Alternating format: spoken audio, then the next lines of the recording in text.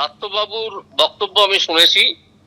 এ সম্বন্ধে আমার বক্তব্য হচ্ছে যে এইটা সেফ, এখানে যে শিক্ষক শিক্ষিকারা জড়ো হয়েছেন তাদের চোখে ধুলো দিয়ে, ভাঁওতা দিয়ে ব্যাপারটাকে আজকের মতো কোন রকমে থামিয়ে চলে যাওয়া বা কেটে পড়া। আমাদের আপনার সূক্ষ্ম কারিগরি দিয়ে সাজানোর জন্য ধন্যবাদ। সূক্ষ্ম কারিগরির ধারা যা সোনাকে বানায় সেনকো। সেনকো, আনন্দের ধারা।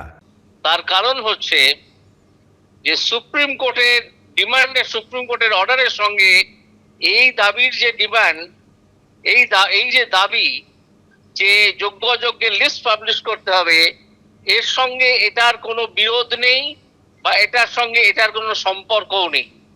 এটা একটা ডিমান্ড অফ ট্রান্সপারেন্সি, স্বচ্ছতার দাবি। মানুষ যে কোনো সময় তুলতে পারে স্বচ্ছতার কারণে। আপনাদের অনেকদিন আগেই, স্কুল সার্ভিস কমিশনের অনেকদিন আগেই যোগ্য অযোগ্যের লিস্ট পাবলিশ করা উচিত ছিল। সেটা তারা করেনি বলে এখন শিক্ষকরা এগিয়ে এসছেন যে এখন আপনারা করুন। এর সঙ্গে সুপ্রিম কোর্টের অর্ডারের সম্পর্ক কি? সুপ্রিম কোর্ট কি কোনো জায়গায় বলেছে যে তোমরা যোগ্য অযোগ্যের লিস্ট বার করতে পারবে না? যদি সে কথা বলতো এবং তা সত্ত্বেও যদি এরা ডিমান্ড করতো, তাহলে সেই ডিমান্ডটা ইলিগাল হতো এবং পাবলিশ করলে তখন কন্টেম্প্টের সম্ভাবনা ছিল। এখন হচ্ছে এটা in addition to the supreme court's order. আমি তো শুনেছি আপনারা সুপ্রিম কোর্টের অর্ডার মেনে অলরেডি একটা এজেন্সিকে কাজটা দিয়েছেন যাতে নতুন করে পরীক্ষা করা যায়। তা আপনারা তো সুপ্রিম কোর্টের অর্ডার মেনে চলছেন, চলুন। রিভিউ করবেন বলছেন, করুন। কিন্তু এই যে ডিমান্ড অফ ট্রান্সপারেন্সি, এইটা কেন করবেন না? সুপ্রিম কোর্টের নাম করে, আইনজীবীদের পরামর্শের নাম করে এটা কাটিয়ে চলে যাচ্ছেন। এটা কাটিয়ে চলে যাবেন না।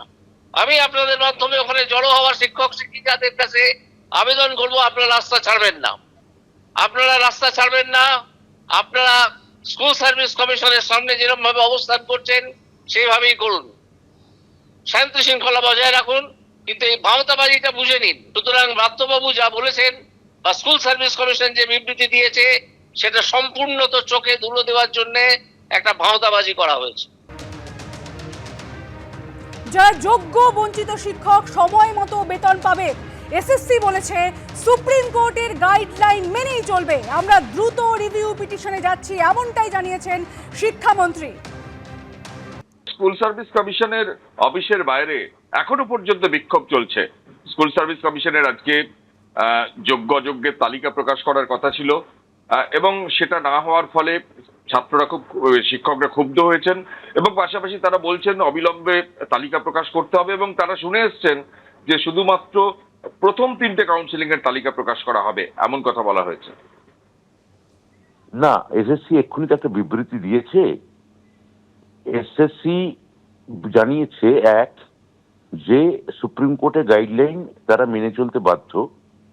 সুপ্রিম কোর্টের গাইডলাইনে কোথাও যোগ্য অযোগ্য তালিকা দেওয়ার কথা বলা হয়নি। 2, এসএসসিও জানিয়েছে যে বেতন দেখুন সরকার দেয়, এসএসসি দেয় না। তো সরকারের পক্ষ থেকে আমি জানাচ্ছি সুপ্রিম কোর্টের গাইডলাইন অনুযায়ী বেতন যারা যোগ্য বঞ্চিত শিক্ষক তারা সময় মতোই পাবে। আপনার সঙ্গে বৈঠকের পর একটা সিদ্ধান্ত হয়েছিল যে একটা তালিকা প্রকাশ করা হবে। না, আমার সঙ্গে বৈঠকের পর সিদ্ধান্ত হয়েছিল যদি আইনি পরামর্শ পাই, যদি আইনি পরামর্শ ইতিবাচক পায় তাহলে তারা প্রকাশ করবে। তারা সেরকম আইনি পরামর্শ পায়নি, ফলে সেটা প্রকাশ করেনি। আর আমরা যেহেতু দ্রুত রিভিউ পিটিশনে যাচ্ছি, এখন এইটার উত্তর সুপ্রিম কোর্টই, মহামান্য সুপ্রিম কোর্টই দিতে পারবেন। এই তালিকা কি প্রকাশ হবে, মানে এই যে যোগ্যদের তালিকা সুপ্রিম কোর্ট যদি অর্ডার দেয় তাহলে হবে।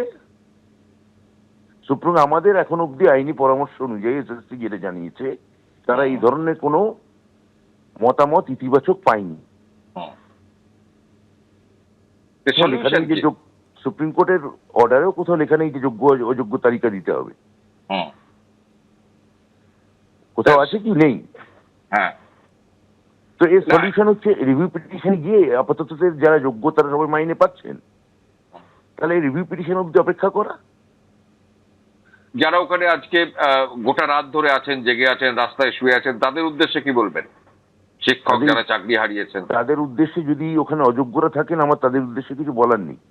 আর যারা যোগ্যরা যদি ওখানে থাকেন, বলবো যে বাড়ি চলে যান।